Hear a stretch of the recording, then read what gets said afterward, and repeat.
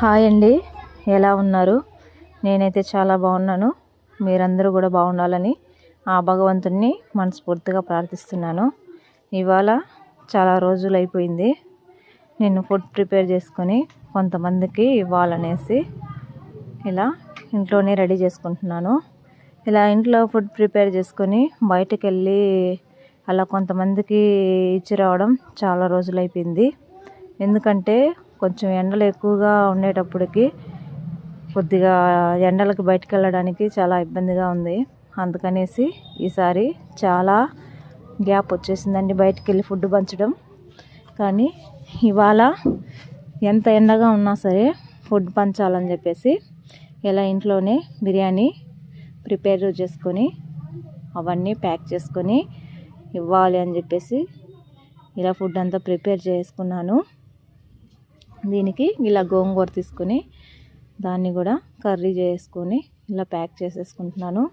ఇంట్లో అయితే నేను ఒక్కదాన్నే కాబట్టి నేనే ఫుడ్ వండాలి, అలాగే ఇలా ప్యాక్ చేయాలి, మొత్తం నేను ఒక్కదాన్నే చేసుకునేదాన్ని.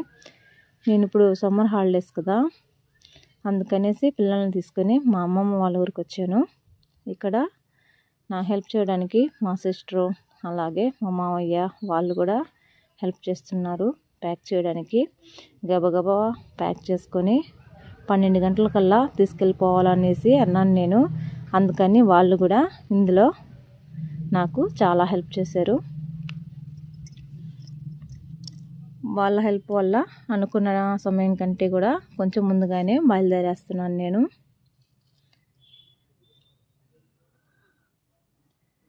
ఫుడ్ ప్రిపేర్ చేసుకోవడం కంటే కూడా ఇలా మొత్తాన్ని ప్యాక్ చేసుకోవడానికే కొంచెం సమయం అనేది ఎక్కువగా పడుతుంది.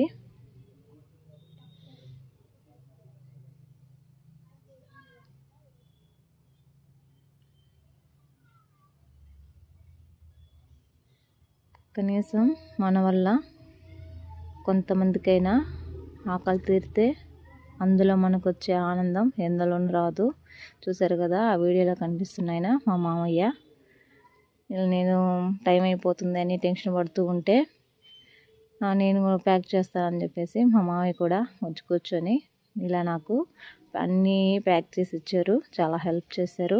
అలాగే మా సిస్టర్ కూడా చాలా హెల్ప్ చేసింది. ఈసారి ఊరికి రావడం వల్ల వీళ్ళందరూ నాకు హెల్ప్ చేశారు. ఇంటి దగ్గర అయితే ఉదయం నుంచి నేను ఒకదాన్నే ప్రిపేర్ చేసుకొని కొంచెం లేట్ అయ్యేది. ఈసారి అనుకున్న టైం కంటే కూడా అన్ని ప్యాకెట్స్ అన్నీ ముందుగానే రెడీ అయిపోయాయి.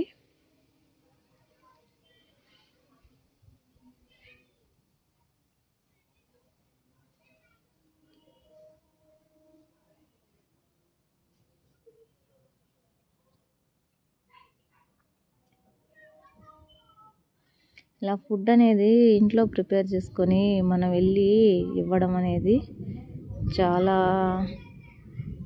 ఇష్టంగా ఉంటుంది నాకు. ఇలా అన్ని ఫుడ్ అంతా ఇలా ప్యాక్ చేసుకున్నాను. ఇంక ఇవన్నీ తీసుకెళ్ళడానికి సమయం అయిపోయింది.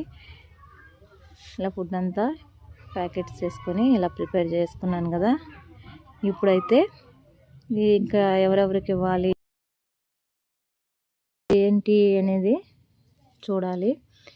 వెతుక్కొని మరీ కదలలేని వాళ్ళకి, ఎక్కడికి వెళ్ళి ఫుడ్ కోసం ఏ పని చేసుకోలేని వారికి మాత్రమే ఇవ్వాలని నేను బయలుదేరబోతున్నాను.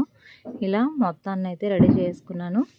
ఇప్పుడు ఫుడ్ ప్రిపేర్ చేసుకున్నాను. వీడియోలో కనిపిస్తుంది కదా, ఈ అమ్మాయి నేను ఇద్దరం కలిసి ఇలా ఫుడ్ ప్రిపేర్ చేసుకున్నామండి అందరికి పంచాలని చెప్పేసి. ఈ అమ్మాయి కూడా నాతో పాటు వచ్చి ఎంతలా కొంతమందికి హెల్ప్ చేస్తానని చెప్పింది.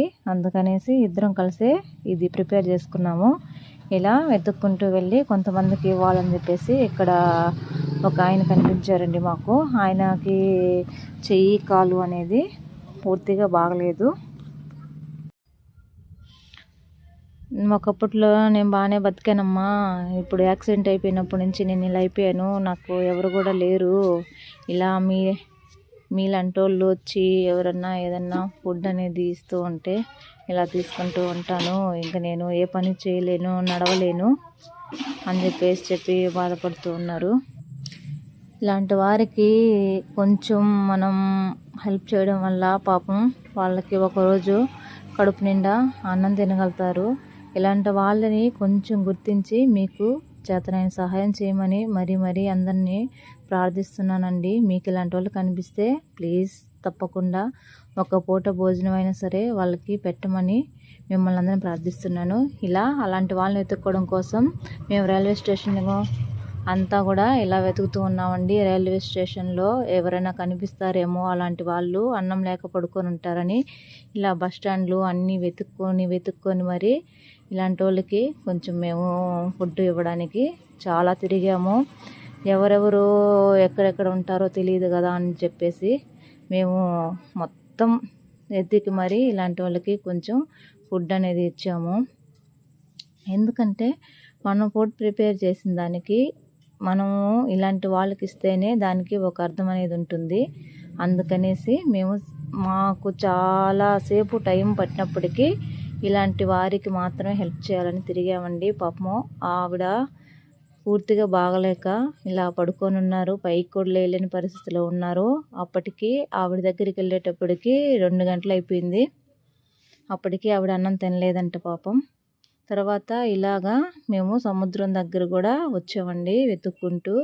ఇక్కడ అదిగో ఈ పెద్ద ఆయన కనిపించారు మాకు. చాలా ఆకలిగా ఉన్నట్టున్నారు. అన్నం తిన్నారంటే తినలేదమ్మా ఇవ్వండి అని చెప్పేసి చాలా ఆకలితో ఉన్నారు. ఇక్కడ ఒక ఆయన పాపం పడుకొని ఉన్నారు.